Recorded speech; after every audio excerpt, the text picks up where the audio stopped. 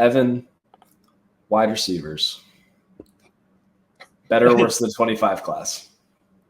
Oh, no. Significantly worse as of right now. Better or worse than the 24 class?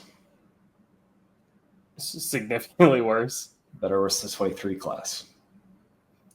Oh, gosh. All right, you got to give me a memory. Here, let me pull up wide receivers drafted by year. All right, 2023. God, we're going back there. That was the JSA Quentin Johnson Zay Flowers class. So I think I will take that class over this. Like, dude, if you want to tell me that this class is pure hope, like this class is pure hope, Mike, because there's a lot of what if in this class. There is not a ton of I've seen it, so yes. This, and you're betting on certain things being there. You're also betting on the fact that the NFL historically loves to draft they love to draft wide receivers early, and historically overdrafts them, as you were just saying. Like, you are betting on a wide receiver that just has traits that is going to be taken. But from a production standpoint, from a production and talent together standpoint, this class just isn't stacking up. I think, okay, tell me if I'm out of line here. The 2019 NFL draft class, wide receiver 1, Marquise Brown at 25. N'Keal Harry at 32. Debo, A.J. Brown, DK Metcalf, all day 2 picks. Terry McLaurin a day 2 pick. But that's talking about the hits or the early drafted guys. I could see this class looking similar-ish to that, because do you just want to start at one? We have the same one. Let's talk about him, and then we'll just start talking about some names.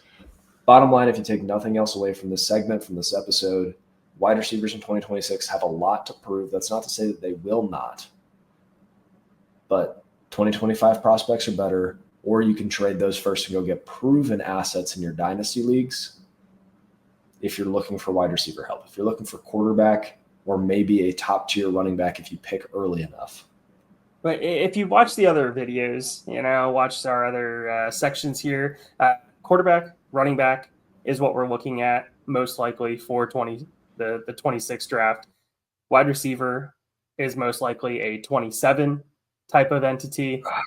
Yes. It is much less a 26 type of entity. So if you can try and plan around that, if you have wide receivers that you want to go grab, we strongly suggest going to grab them, because you are having an absolute crapshoot as it sits right now in 26. So trying to plan around a 26 wide receiver class would be a fool's errand. Yep. So one, we have Jordyn Tyson, Arizona State. One word or one sentence scouting report. Fuck it, Tyson's down there somewhere. Quote Sam Levitt. Dude, the catch radius is insane. He's leaving Big 12 defenders falling down when he's in coverage. He's fluid. He's like solid after the catch. He is able to high point the ball. He's able to split defenders down the field. He's able to jump over defenders down the field. Like, Jordyn Tyson's the guy.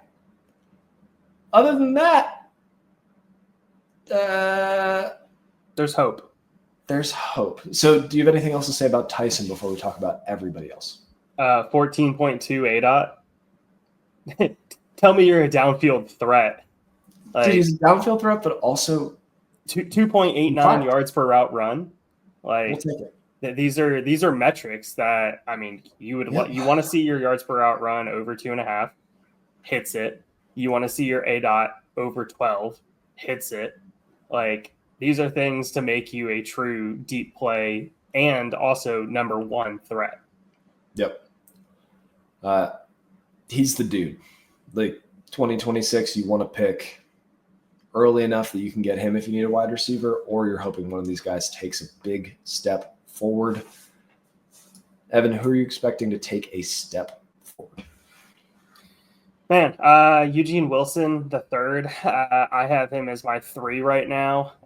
You want to talk about a yak monster? Yep. That is Wilson for Florida. he is going to be Lagway's best friend. Get the ball to him, see what he can do in open space, see what he can do with the ball in his hand. 3.6 ADOT. Look at that, Mike. Tell me you catch the ball around the line of scrimmage. That is right there. But Wilson has that running back mentality with vision.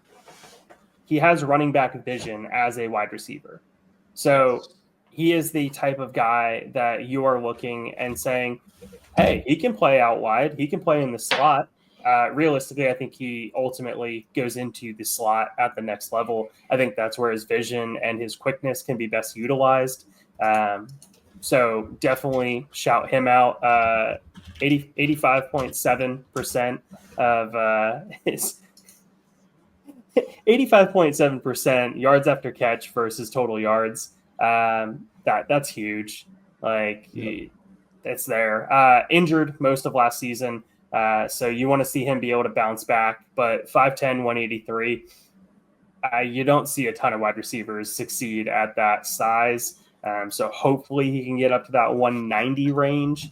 And then one other guy that I love, because we're going back to this Washington offense, because I think Washington's going to be a fun offense to talk about. Are we doing it? We're doing it? Yeah, Denzel Boston. Come on. Yes. I have him at 4. Yep, me too. Okay. Dude, one sentence but just turned into one word. Just big. Tall. Big fat. Plays with his full frame. He is able to separate, but he's able to box guys out. If we can see him take, that would be sick. As it stands now, he's looking like Keon Coleman out there, and that's okay. Without the exact same freakazoid nature, but a little more, he can actually catch the ball when it's thrown to him. Sure. So, I mean, Boston could be a second-round NFL pick. Yeah. And I would be perfectly fine with that. That is somebody that I can take in the second round of my rookie mock draft or my rookie drafts, and I can be happy knowing that I have somebody with size that has played almost exclusively on the outside, knows how to play as an outside wide receiver, can be a friend for a quarterback. Yeah. No, I like Boston a lot. I think just the frame and the potential there. How did you feel about him after the catch? Was he didn't really move me emotionally, but yeah, I'm not super high on him, but I also don't think he's bad after the catch.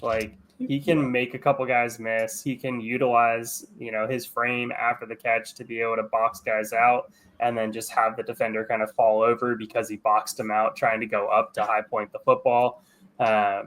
You also look at the amount of college games he's played. I have him listed as 31 college games played. not really. But with Rome Odunze there, with Jalen Polk there, with Jalen McMillan there, we're talking about 3 either highly drafted or currently productive-ish receivers in the NFL. But last year was his first true season as a starter, and he absolutely burst onto the scene last year. Yeah. People don't watch a ton of Washington football because it's so late typically. Yeah. Hopefully playing a Big Ten schedule will get them in some earlier games to be able to get Denzel Boston, some exposure on the national stage. Sweet. So those are some guys you think are going to take a step forward. I think our 2 is in lockstep, and it's Carnell Tate, Ohio State wide receiver. When in doubt, close your eyes, draft the Ohio State wide receiver. It normally works out. But second fiddle to a true freshman, man, I don't know. This Jeremiah Smith guy's kind of eating his lunch. But no, he's been stuck in a logjam of extremely talented Ohio State wide receivers, 6'3", 191. We're talking about good, prototypical size, 5-star recruit. He's just been productive so far. He's not going to take this huge jump where we're seeing him, win the Biletnikoff, but we could see him be the wide receiver 2 for Ohio State, continue to compete for a national championship, get more eyes on him, see how he moves against real competition. And I just think there's a lot of meat left on the bone here because he's a good athlete. He's not a great athlete. He's a good athlete. I could see a little bit of a step forward in all of his metrics from like Buka leaving, and now he's able to be really the wide receiver too for the Ohio State Buckeyes.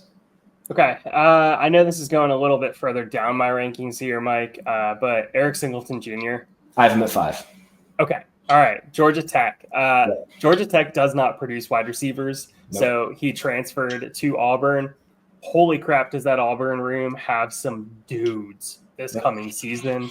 But he will be one of the dudes in there. You look at him, best used in the slot. I think that is pretty obvious in my opinion. You look at his yak ability, and he's got yak, but he's also a downfield threat. He is a guy that gets downfield, stretches the safeties, knows how to set up safeties with his routes to be able to pull them off, to be able to open up things underneath for guys in an offense. That's the type of player that may get screwed over at the NFL level, in my opinion, because he can take the safety's attention deep to be able to open up the underneath concepts. Dude, he's so fast. He is. He's got speed to burn. Yep. I think who does the Beast? I'm having a brain fart right now. The Beast what? Freaks list. Feldman's Freaks. Feldman. Yeah. So Feldman said that he ran a 4.34 in high school. So depending on how you feel about hand stop times, regardless, this dude can scoot. It's funny, 5'11", 190. I'm like, okay, he can play wide receiver. But when you were talking about Eugene Wilson, 5'10", 183, I'm like, that's never going to work. So also with how colleges write these guys down, sure, Singleton's probably actually 5'10", 183, and Wilson's probably actually like 5'8", 170. So I think Singleton can earn a role at the next level, could be a best ball target. If he ends up in an offense and wants to scheme him touches, make him a part of a creative game plan, then we're talking about a player that we should be excited about. Until he gets that landing spot boost, which I try to stay away from in Dynasty. We're a wide receiver 5, and I'm good. You're scraping the bottom of the barrel. You know, once again, this is a hope type of wide receiver class. You mind if I just rattle off some names that are just pure hope at this point, Mike?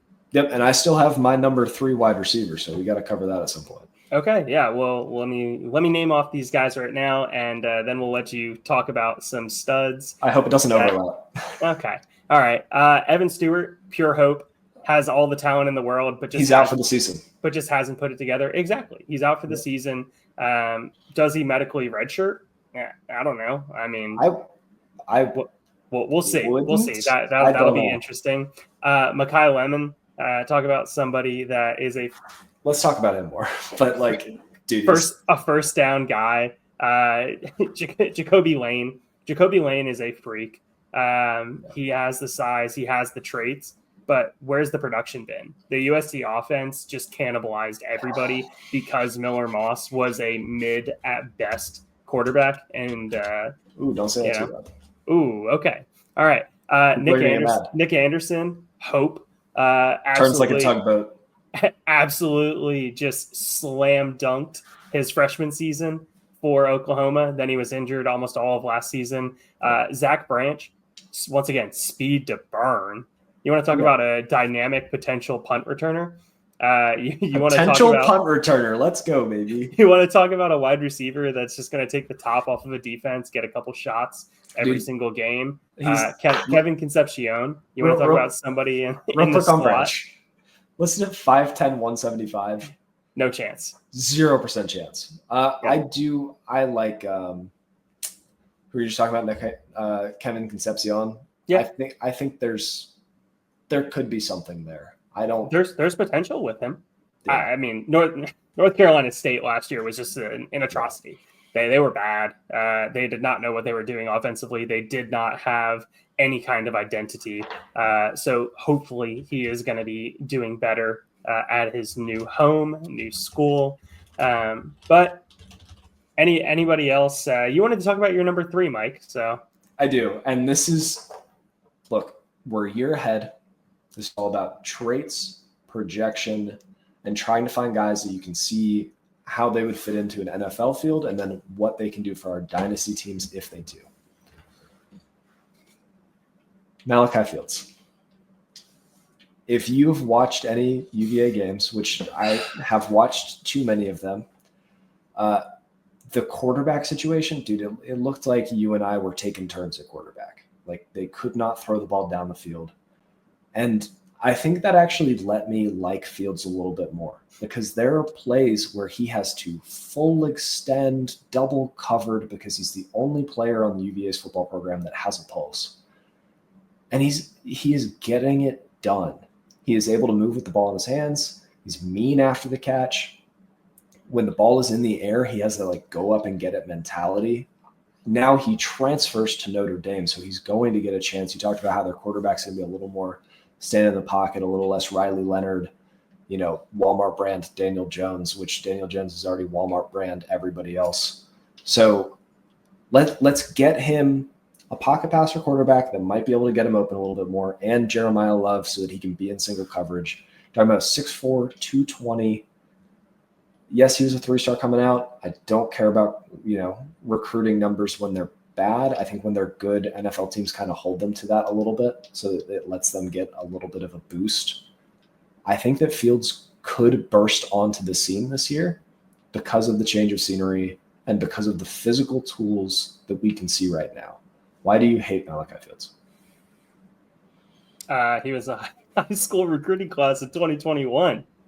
You're talking about a old guy for college.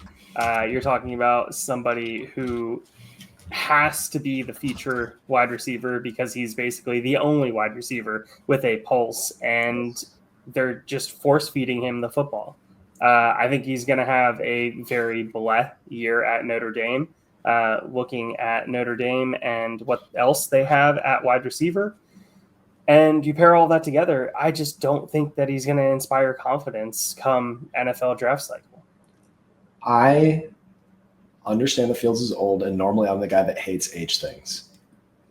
Dude, UVA had Malik Washington while he was there, and they just force-fed him.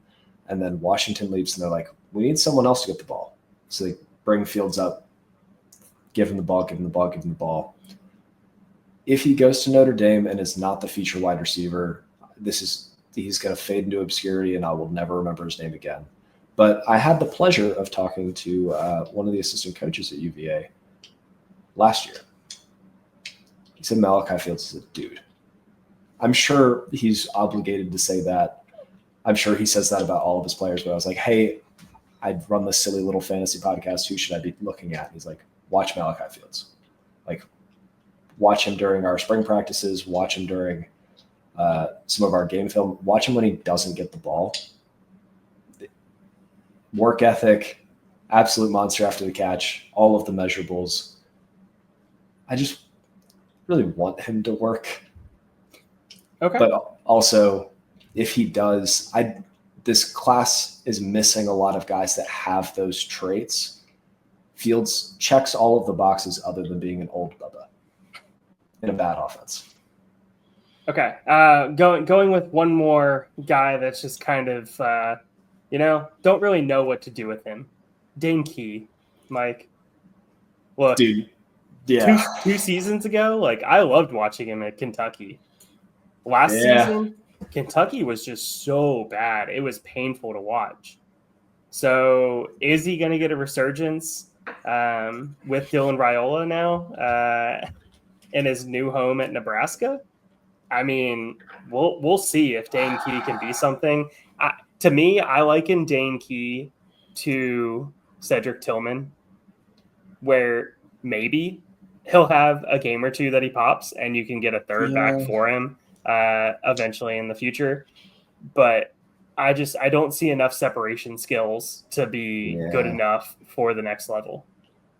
I mean, dude, he can track the ball down the field.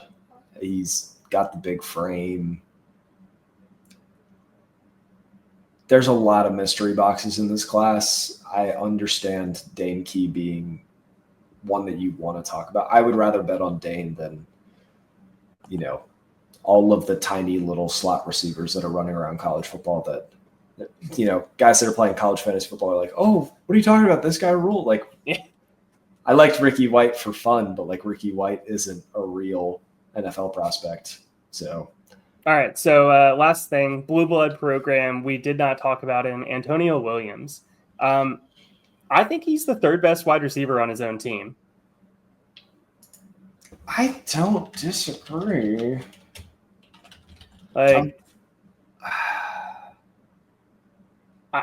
Wesco and Moore. I think Wesco and Moore are both better than him, just flat out. I have no coherent thoughts on him because every time I was watching Clemson, I was just laughing at Klubnik standing on his toes because he's so small. Okay. I mean, what do you really want him to turn into this year? What is the best case scenario for Antonio Williams? Best case scenario is he goes 75 receptions for 1,000 yards, proves that he's a true slot wide receiver that can play at the next level. Best case scenario. Okay. So, which, I mean, sure, it's in the range of outcomes for him, but the Clemson offense is going to be one of, if not the most explosive offense in football. And the two wide receivers behind him, technically behind him in the pecking order, are just the wide receivers that you would want more for fantasy. Slot wide receivers, unfortunately, are a dime a dozen. It sucks to say. But that's Pop Douglas, baby. Elite. But that's what they are. So, thanks for listening to another episode of the Fantasy Football RPG Podcast. If you made it this far, be sure to like and subscribe. If you want to check out written content, head over to lastwordonsports.com. Don't let the Goblins get you.